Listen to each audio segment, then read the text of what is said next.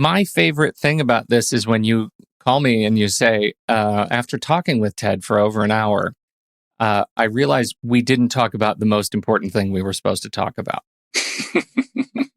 Tell me more about that.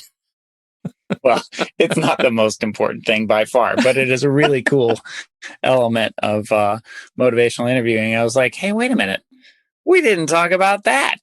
Well, because you sort of, and I think when you listen to the episode, you go back and you think, okay, you start down that path, and he talks about like pre-contemplation, contemplation, this sort of stages, and I think you were trying to get him in there. You were trying to corral him into that conversation, and he had other plans. He had other plans. And you know what? When Ted's got other plans, I'll go with those plans. All right, so you're going to teach me some stuff here today. Can you remind, because it's been a week, do you mind setting the table a little bit, reminding listeners coming to this fair Afterthoughts, as if we have some sort of a plan for this conversation? What is motivational interviewing? Can you do that first? Back in the late 70s, Prochaska and DiClementi got really interested in how they could explain why some folks were doing well after treatment and some folks were not. Why some folks would really take to it and some folks wouldn't. And they started getting interested in the stages of change. And those stages take you through the process of kind of your level of commitment, right? They start with pre-contemplation. You really haven't even started thinking about this. And if you're even talking about it, it's probably because somebody told you to. Right. And then you get to contemplation, where you start getting interested in, man, maybe I need to make this change. Maybe I need to eat better, or I need to stop drinking. If you get through contemplation, you get to a place of planning and preparation where you start just the beginning parts of taking steps. You're starting to look up phone numbers. You're thinking about who you might call. You might be already talking to somebody, and you're considering what might happen next. You've decided you want to do it, but you've only just begun that process. Okay, before you say anything next, what is it that usually is the usually I'm sure that's the wrong word. But is this kind of an awakening that people tend to have moving between these two stages, or is it just sort of an evolution? Are they just suddenly oozed upon by the universe and suddenly change their minds? Well, there are lots of different ways to get there, right? I mean, sometimes people move through those stages and in ways that you might even think of as quite distinct. And they spend a good long time in each one. And there's always some backflow, as Ted and I talked about. The tide comes in waves. So, we move back a little ways and then forward again. You called it backflow, I think, in the thing. And I got the word stuck in my head as backwash, which is a decidedly different thing. but honestly, it kind of works. Right. It kind of works. Sometimes we're all into our action and we're so ready to go. And then we backwash into what problem? I don't have a problem. What was that? I couldn't understand, but as you were eating that glazed donut, what you just said, right? Okay. So, yeah, no problem. Nothing to see here. Sorry about that. Right. Whatever you were it might saying. Be. Not that I know anything about glazed donuts. And and then sometimes we move forward quite quickly. Sometimes, it's that moment where a doctor says, here's the deal, bud. Like, you're going to die if you don't change this. The thing that's sad and kind of incredible is that, as Ted pointed out, only 10% of the people who come out of open heart surgery and are told, if you don't change this diet, that stopped heart won't start again, Only 10% of them succeed in making the change, which tells us there is a lot of stuff that gets in the way of making changes we want to make. And not all of them, in fact, a whole lot of them are not conscious. We don't even know what's holding us back, why we can only get as far as thinking about it and can't seem to begin really taking action. All right. So that gets me to a heartsick sort of a state of reality. What is the motivational interviewing part? The motivational interviewing part really is a way of being with people that does not involve confrontation.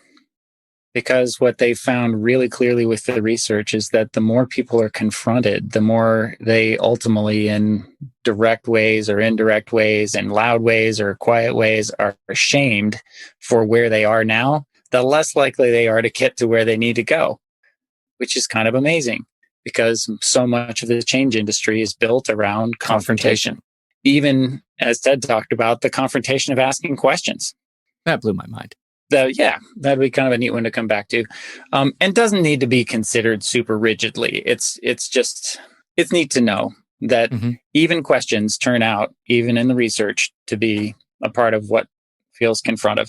So motivational interviewing ends up being a way to talk to people about the change they want to make and where they are in their process, so that they can be where they are fully and finally finish that stage. Yeah, it struck me hearing him talk about it, especially when he starts talking about how he coached football. Is that right? He coached like children, youth? Yes, he was a teacher and was often a coach for sports teams. And he was a high school and college athlete himself, and was a good athlete, but an incredibly gifted coach. Well, I can totally get that after hearing him talk about it. But it does strike me as comical imagining him, motivationally interviewing his way across a football field. Because the act of healing to me has been for so long sort of overshadowed by the adversarial process. Like even you as a therapist, if my mental model of like a therapeutic intervention is adversarial, it's I'm talking to you and I'm helping you through this thing that is somehow poisonous to you, and you probably don't even know it. And I'm going to talk around you to get you to see it, and I'm going to wrestle it out of you somehow, right? Like the idea that as a participant in the therapeutic process, the role is naturally at some point going to lead to conflict. Yeah. I know. I'm sure other therapists are probably listening to this saying that guy is a nincompoop. But that's, mental models are what they are. So that was a thing that struck me about Ted and his process that was pretty powerful. I think most good therapists would say either that guy just described very articulately what a whole lot of clients walk in with, or why a whole lot of clients never go to therapy in the first place. Right. Yeah. And then the really introspective ones would say, he's got a point there. There is an element to it where sometimes when therapists are moving too fast, we can put in front of somebody something that scares them, or that they feel ashamed about, or that they aren't ready to change, or that they really hate about themselves. Ted's message to everybody, whether they're working on with themselves, or working with a child of theirs, or working with a pet, or working with a client, is if you really slow down, you don't have to do it that way. And it really helps them much more. The change is longer lasting and more solid and likely to stick, and often actually comes faster. So we're starting with that process of pre-contemplation, then into contemplation and preparation and planning. Next is full-blown action. This is where they're really practicing this new behavior, and somewhere in the 3 to 6 months range. That's where they've kind of just begun. And if they can continue that past the about 6-month range, they start to call it maintenance. Because at this point, there's less, it's not a new thing that they're devoting enormous amount of energy toward. It's now become just, they're already in 6th gear and they're just cruising down the highway. And then we expect that commonly relapse, then whatever we're talking about, maybe it's food or it's alcohol or it's not yelling, whatever they're wanting to change. Whatever it is, it's backwash. Yeah. We get to the backwash part and we go, what happened there? And that's the place where we want to yell at ourselves. Mm-hmm. And that's the place where Ted would really like us not to.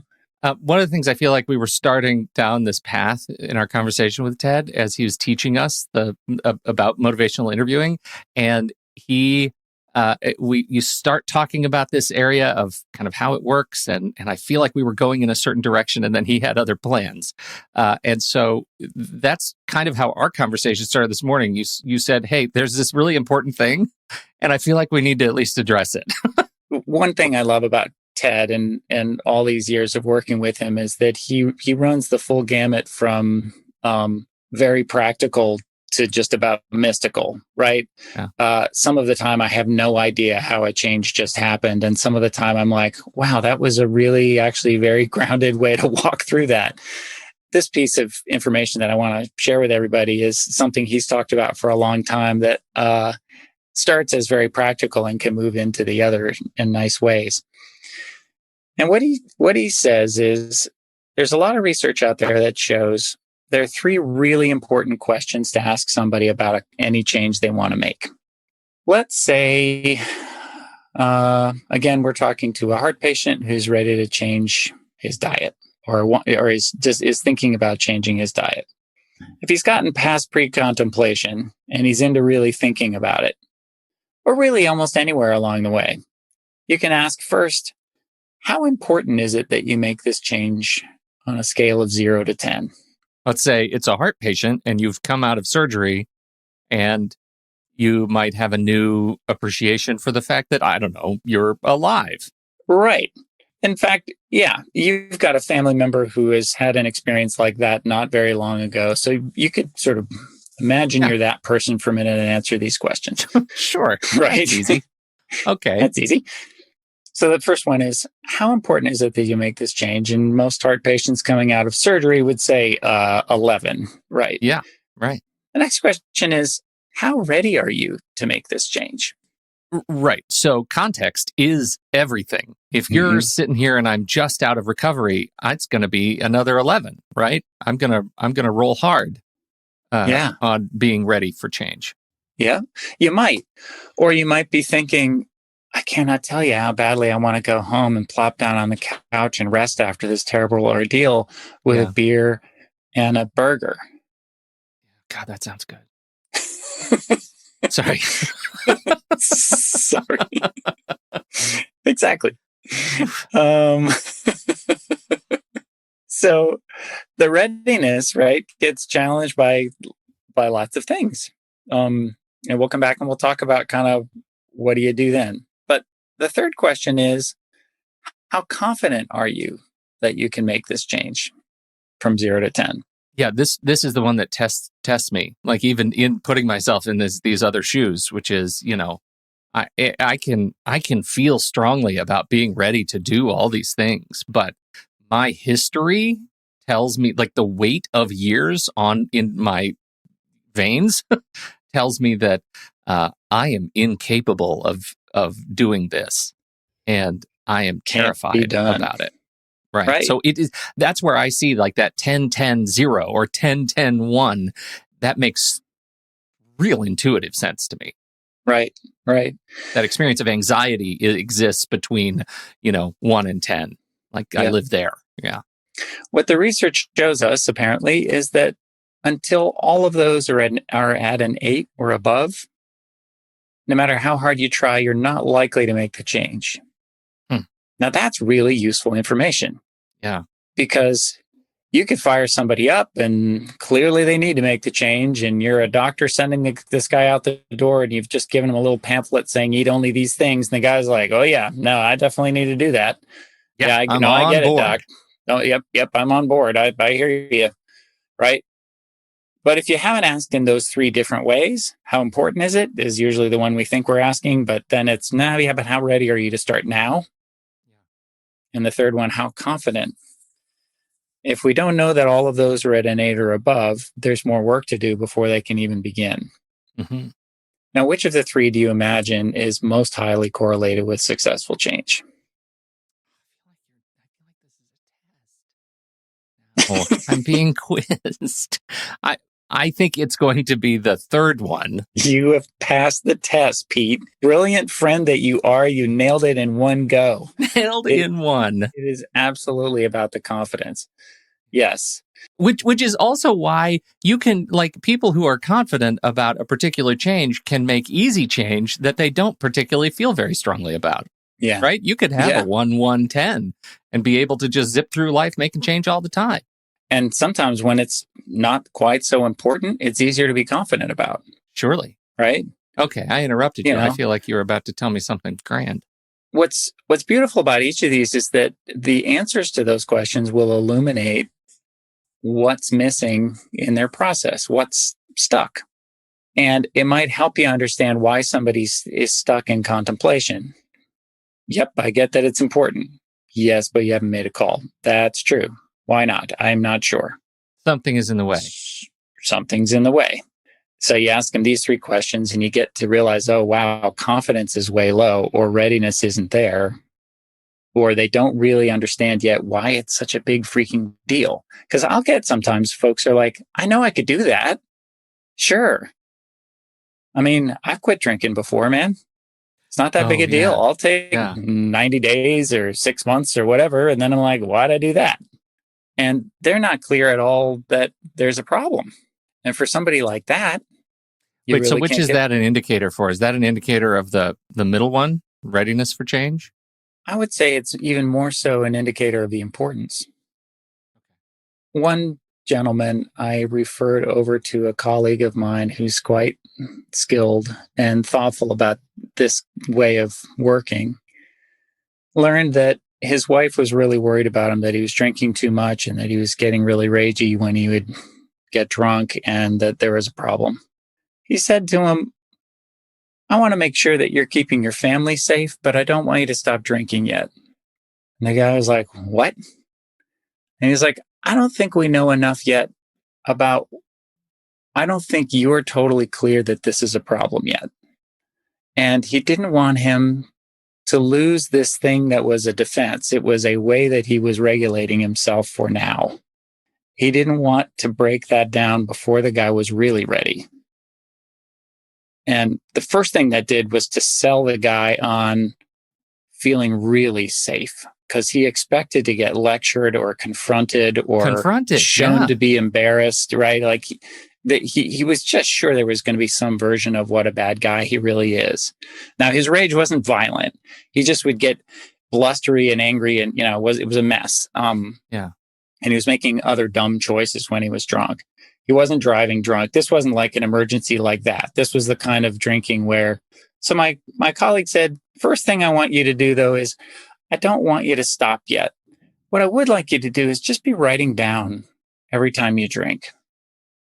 I want you to write down also what you drank, why you might have enjoyed it, and what you probably would have been feeling if you hadn't. And that was it. And once this guy started to realize, oh, every time it's because I'm scared or I'm anxious or I'm angry or whatever it was for him. And every time this is how it goes afterward and so on. He started to realize this isn't working, right? That wonderful phrase, it's hard to get enough of what almost works. I've never heard that before. And it's close cousin. You can't get enough of what you don't need. Yeah. Right? How have I never heard this one?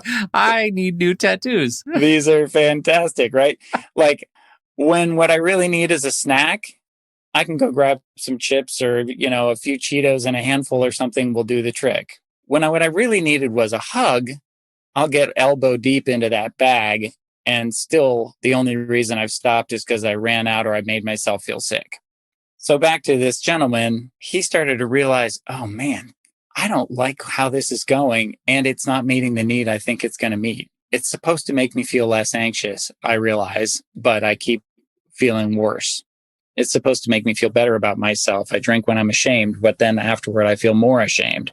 He started to realize, so the importance grew greatly when he just got a little bit more aware. Now, had he been instructed on why it's important and just told, you have to change this because your wife's going to leave you or whatever. Yeah. I think he would have bought it on one level, but not on the other. He wouldn't have actually been ready. Yeah. Like, what is that level? It's like fight or flight. Suddenly you're confronted and your choices become binary. Right. I'm either going to be super angry and like storm off, right? Or I'm end up being, letting the alcohol influence other behavior. Or he's going to try really, really hard and one more time fail and not know why. Right. Right. Once he started realizing how important it was, and he started realizing this isn't giving me what I need, he started to feel a whole lot more ready. And then that number grew greatly. But you're raising one of the hardest ones, which is what do you do when somebody already gets this is super important? And yeah, I'm totally ready to go, except for one thing, which is I have no belief that I'm going to succeed. Yeah. So then we have to just like really back up, and sort that one out. With that first one, if somebody isn't sure it's important, and think about if you're listening out there, like what's a change you're considering making? And ask yourself those three questions. How important is it that I do this? And how ready am I? And how confident am I that I can complete this change on a scale from 0 to 10? If your important one is low, you might ask some questions of yourself like this.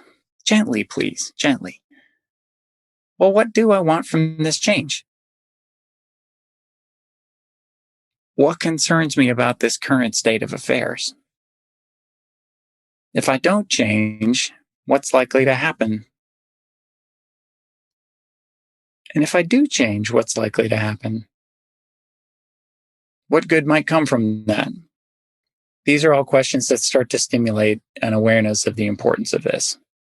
The one you said earlier keeps sticking with me, which is having this gentleman write down, what would I be feeling like if I didn't have that drink? Right. Well, that starts to give you some idea also of what might be in the way. I mean, I think about that, like what might I be feeling like if I didn't eat the next bag of chips? Right. Like, straight up. So even if it's really important, you may not be really ready because you haven't found another way to meet that need. Yeah. And I love Ted's idea that there are no parts of you that are trying to hurt you. Yeah. They're trying to help. So the part of you that wants to, have 12 beers tonight, not you, but somebody, is probably trying to help you manage feelings you don't know what to do with. Or something like that. So let's talk about those. How ready are you to complete it? Well, if you're not quite ready, we need to respect that and slow down, see what's needed there. So you might ask questions like, what resources do you have inside or around you or in the people who care about you who could help this happen? Sometimes we're not ready because we need something from someone first. I need some time for this, or I need some help. I might need treatment in the case of addiction. We might ask, is there something that needs to happen first? We got to watch out a little bit because this is a great place we all throw up smoke screens for ourselves. Yep, definitely going to stop eating that way as soon as the holidays are over. Yeah, right. Because I know the holidays are going to be, it's hard. Everybody brings gluten. What are you going to do? Like, that first Monday in January, it'll be a whole new me. Right. I've never said that before in my life. Never. And what I would like to say to people is instead of calling bullshit, which is what we love to do when we catch ourselves making up excuses, is like slow down and give yourself a little credit. Some part of you is scared. Some part of you needs something. Some part of you may be really scared to fail, scared of temptation. Who knows? You said something earlier, like we do these things because we have feelings we don't know what to do with. And it takes me right back to the other tattoo I'm getting on my back from Dave Rico, which is happiness is not a reward and grief is not a punishment. Pain is not a punishment, right? Like that, exactly. That feels like it addresses some of that gray area of what we are seeking or running from. Is that we're trying to put ourselves in a place where we don't feel judged. We're running from that internal state of feeling like we're punishing ourselves or being punished by the world, or we are trying to seek something that just makes us feel good for a minute. Yeah. Sometimes, exactly. We're not ready because, before even Dave, let's go back to Ben's stuff from that episode 1. Ben's just saying, hey, a lot of times we're having feelings we don't know we can have. And we're trying to avoid them any way we can. Or we're trying to control them. So we're living in this sort of cycle of avoidance and control. We're trying to manage feelings that aren't going away. And this is where we get into this problem of you can't get enough of what you don't need. So we slow down to have some of those feelings and get interested in what are the stories I'm telling myself? You just mentioned one there. If I have to change my diet, it's because I'm being controlled. Or we might ask, what am I remembering in my body that I'm not even aware of in my head? Like maybe I'm going back to a time in my life when I've encountered this before. And the earlier in your life, the more likely it's had a really deep, deep effect on you. We might ask, what else was going on then? Maybe that's something good to talk with somebody about, a friend or a spouse or a therapist or something. And then sometimes, like, we're finding what we're really not ready for in making this change is we're not ready to encounter some of the givens that Dave talked about. So, what were those? These are, Everything changes and ends. yep. Things do not always go according to plan.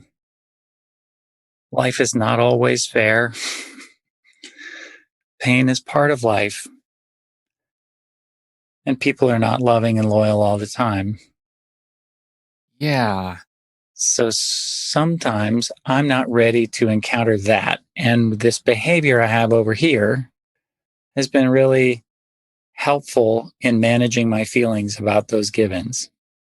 Yeah. I can't accept, at least in my internal universe, that things aren't always rosy. I'm not ready to accept that the grievance of existence sometimes sits right in front of me. That comes up.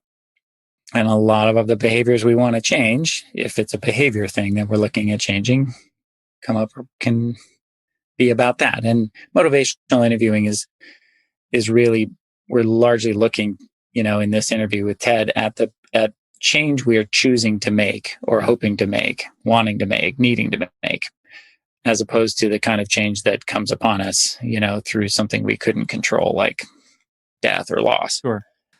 Can I pivot for a second? I just want to make sure we also get to that third question of how confident are we can do it?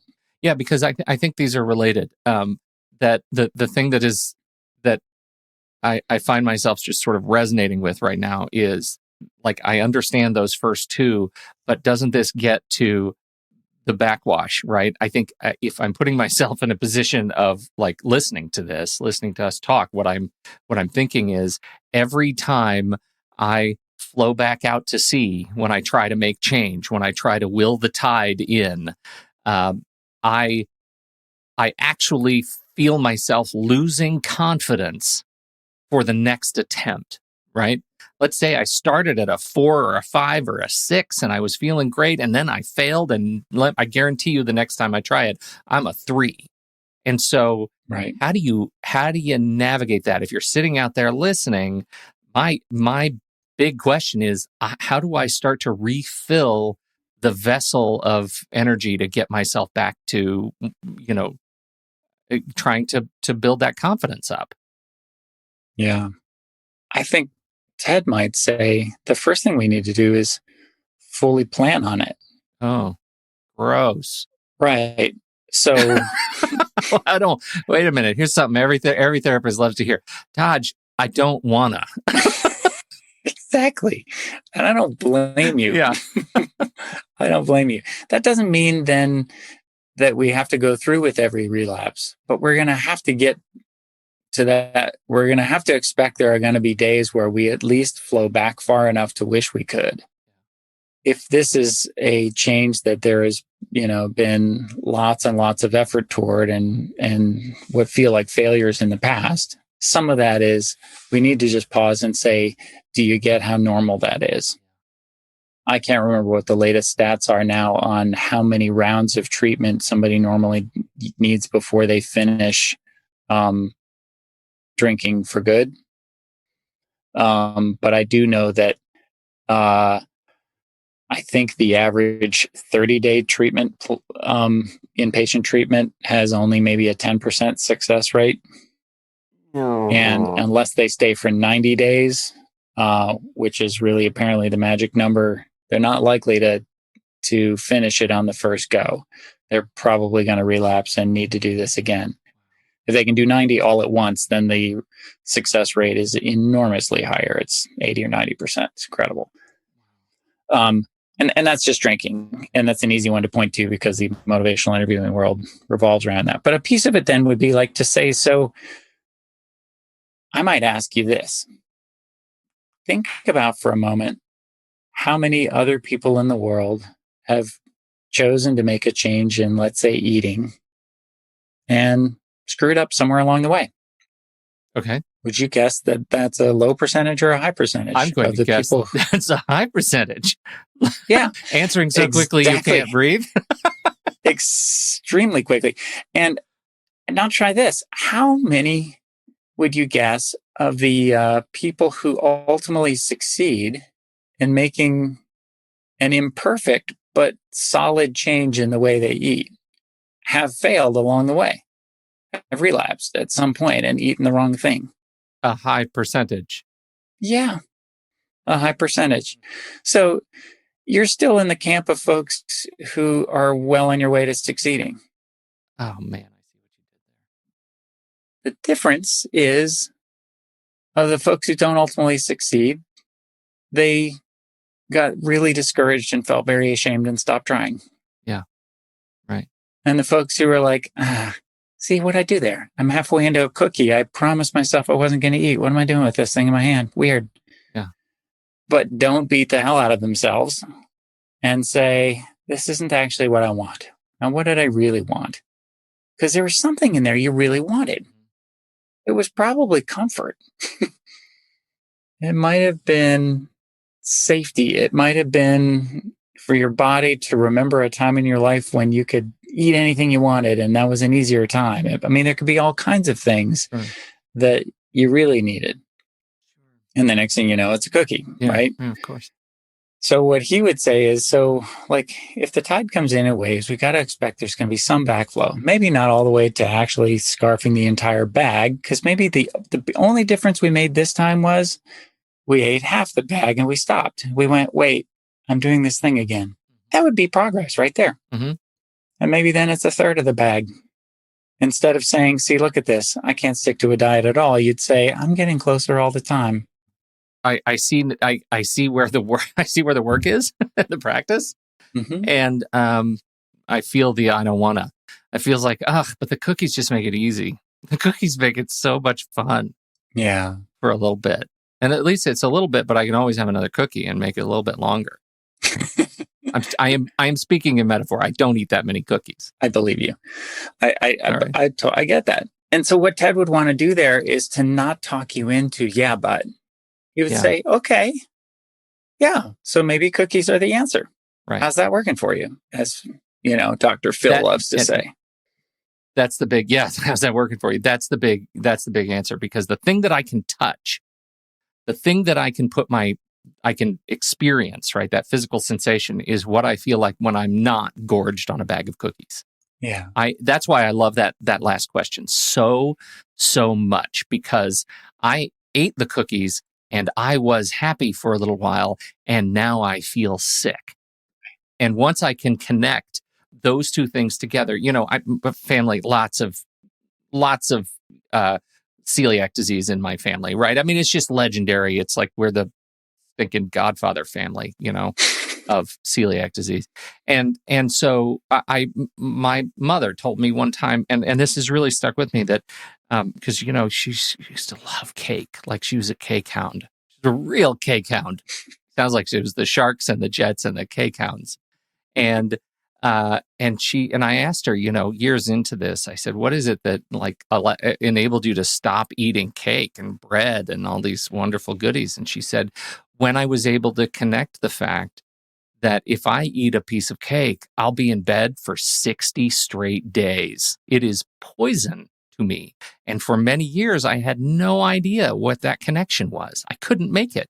And so I would keep eating breads and cookies, and I would feel sick, and I would have to go to the Mayo Clinic, and I would have to, there are things that experience, I could never connect those two in my heart of hearts, in my brain. I could never make that connection between eating this thing poisons my body and makes me deeply sick.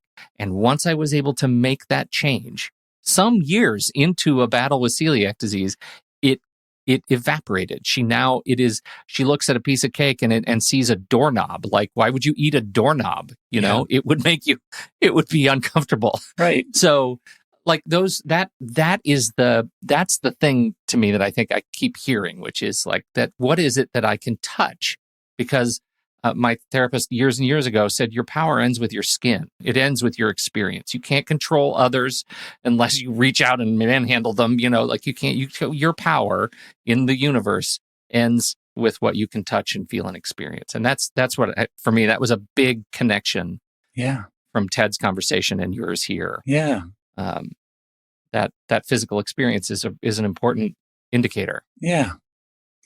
So if you and I were talking about your confidence that you could, let's say, do what your mom has done, and I don't know if that's something your body needs and if that's hard for you, but it is for a whole lot of people. My whole family has gone gluten-free. And for my wife, that was an almost overnight decision. When she realized, oh my God, migraines and immense GI distress have always been about gluten, she was like, got it, poison, stop. It took a lot longer for me. I had to go gluten-free and then go back off of it, and then gluten-free and then back off, and then go back and forth before I was like, wow, I really feel a lot worse this way than I do the other way. And instantly, instantly, right? Yeah. For me, because you can be allergic to gluten in 3 different ways, I don't have a gut allergy to gluten. It doesn't make my stomach feel bad. So I couldn't figure that one out, and I don't get migraines. What I do have is the skin allergy. And so I have lots of scars from all the acne I've experienced in my life, that deep cystic kind. Anybody out there who's experiencing cystic acne, I can tell you, very likely related to gluten. Quit it for 2 weeks, 3 weeks, and see what happens. See what happens. Yeah. Good friend of ours came to me and was just like, dude, how did you change that finally in your life? Because I am still experiencing this at 45 years old. And I was like, it's gluten, dude. He's like, no way. Yep, it is. Just quit it for 1 month. Give me a call. And next time I saw him, the face was perfect. First time I'd ever known him to not have that. Once I realized that, then I realized, oh, got it, poison. And isn't that's the same connection for like alcohol and gambling and like any addiction, anything that you're trying to purge from your system, right? Like anything that ends up making you feel sick, until you realize that if I notice that I feel better when I don't do this thing, I am not motivated to stop doing this thing. Like we have to notice this is actually, it promises to make me feel better, but the feeling better doesn't last very long. I get to the other end of the cookie and then I hate myself a little more, or I don't like how. So I better have a cookie or a Rice Krispie treat. Trademark. No, I mean, well, we got to at least address that, right? We'd have to get to there. So I started to say, if you were working on this in your life and the big thing was confidence, and that's usually where we get stuck. Yeah. Like once we're totally sold on, got to do it. And there's nothing in the way of me doing it, except I think I'm going to fail and it will feel terrible.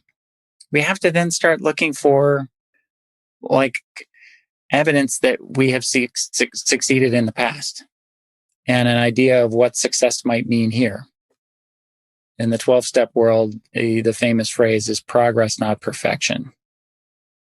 Really helps folks realize, like, I'm not going to get this all at once, just progress. What I think I heard you just say a minute ago was you've had the experience of realizing, oh, that feels terrible. I don't want to do that anymore, and stopping doing it. So it may be completely unrelated to food. Maybe you've had the experience of, like, some people have succeeded, let's say, in budgeting, right? And they realize all of that spending out there that used to make me feel good, I realize actually makes me feel freaking terrible. I'd like to change that because I don't want to poison myself and my family anymore. And then they succeed in making that. And they're like, okay, so that wasn't just easy and it wasn't perfect. But the more I closed in on progress, the better and better I have felt. Right. And anymore, if that were one of your areas, you'd probably be able to say, yeah, whipping out the credit card and buying a bunch of stuff I don't really need doesn't feel good like it used to feel. I'm just going to get home and say, see, I screwed up the budget. I'm taking all that back. if you are, you'll know you're in that cycle if you're one of those people who, speaking from just a little bit of experience, who realizes, oh my God, I am spending too much on stuff I don't need. I guess I'm going to start buying a bunch of gifts for people now, right? At least my will for generosity is going to make me feel a little bit better about all that spending, right? You're in the middle of a cycle that ultimately will make you feel worse. But all of these things, food, I get it. I get it. I get it. Yeah. This is good. Yep. I learned something today. So if we're working on the confidence piece, we'd be looking at then where have I made that a change in the past of any kind? And as Ted talked about, finding your change template is helpful. So the way he would start to address that is to just say, and this is the really practical side of Ted, great. How did that work last time? Well, let's see. What I had changed in the past was exercising. I had an exercise buddy. I knew I needed an appointment, and I had somebody, who kept me accountable. And I started small enough that it didn't feel terrible. And that made it manageable. Great. Okay, so now we're going to apply that to food. We're going to need somebody who helps you stay accountable. We're going to start with small changes, not make them all at once. We're going to super practical. But some of the time also, we'd have to look at things like prior failures we haven't really forgiven ourselves for. And we'd have to look at maybe a voice in the head that feels like, some part of our past that comes forward and screams, eat it anyway. Well, and that's interesting because you just described the change template that's the template I'm trying to build against, right? Because the template right now is the eat it anyway template. Right. Well, do you know what I'm saying? But that's the stuck template. Yeah, that's what I mean. But that's how hard it is. Template. The word template has no meaning to me anymore. I've said it too many. Template. But do you know what I'm saying? I totally get what you're saying. I get what those, but it just echoes how hard it is to make those changes when you're so stuck with that tape. Yeah, I really get that. As you know, and actually this is one thing we have in common. You and I both learned transcendental meditation as young people. How old were you? People. Do you remember? I don't know, 15, 16. Oh my God, so early. It's amazing. I learned at 19. And one of the things they talk about is the absolute inevitability that you're going to forget to hear your mantra and you're going to wander off into your thoughts. And they would say, that's fantastic. No problem. That is a release at some level of stress. What's really important is that you notice, and when you notice, you just gently come back to your mantra. Well, that ends up being a useful analogy in my mind for the change process, no matter what. It's my shame usually that makes me never try again once I feel like I've fallen off the wagon, as it were. For me, that doesn't happen to be substances so much as other things, but man, do we all have some areas we need to change. So I have to kind of come back to the mantra, as it were, just sort of come back. And the sooner I come back, the better. Any other big things that stood out to you about the talk with Ted that I think we got the ones that have been sticking with me, but I think this is one of those talks that, if you're listening, go back and listen to it again. If you're feeling low, just listen to that guy's voice. It bums me out a little bit that he was on how we talked to him, because I feel like I want him. I'm an audio guy, so it bugs me out. But I feel like you can. It's such a powerful conversation to hear the way he ties so many of these things together in such a peaceful way, a non-judgmental way. If you're one of those people who lives with the word "should" in your brain all the time. This was a great thing, because every one of his sort of lessons of your dialogues really addresses the fact that I spend too much time walking in should. I should do this. I should do that. I shouldn't do this. I shouldn't eat that cookie. This is a non-should related way to move through the world. And I found it. If you don't, like, I feel like if I didn't walk away with any concrete lessons, what I do walk away with is a feeling of sort of aspirational growth. Like the world, the universe is lighter in weight on my shoulders when I start thinking about the way he approaches non-confrontational growth. Coming up, a little ways down the line is going to be a great conversation with Carlene Britton, who's a wonderful Gestalt therapist and professor. And she's going to talk about something that is right up our alley for this show. It's Gestalt's paradoxical theory of change that is all about the more you make peace with where you are, the more free you are to change. And Ted has probably never once read a single thing about the paradoxical theory of change in Gestalt's world, but he works with it masterfully all the time. And he was teaching us some cool stuff about that. And some of that was just his ultimate conclusion, which is that the antidote to all of these things that don't work very well, confrontation, praise, questioning, pushing, shaming ourselves, all of that stuff, is listening. And I really loved his exercise at the end there, that sort of notion of ultimate listening, like really hearing yourself differently, because in a way it lets you join with what is first. It really helps me every time I'm with Ted to catch myself after that when I find myself listening quickly. When I think I know where they're going, when I think I can finish their sentence, when I think I already know what would help, when I want to help really bad, when I want to say that thing that would really fix it, make that suggestion. We do need a whole episode on what you just said. Yeah. And I do it to myself all the time. There I go again, I would say. This is great stuff. That's great stuff. Wishing for the world out there that we all could just a little at a time, progress, not perfection, meet ourselves where we are. Trust ourselves a little more. Good work. Love you, B. I love you, bud.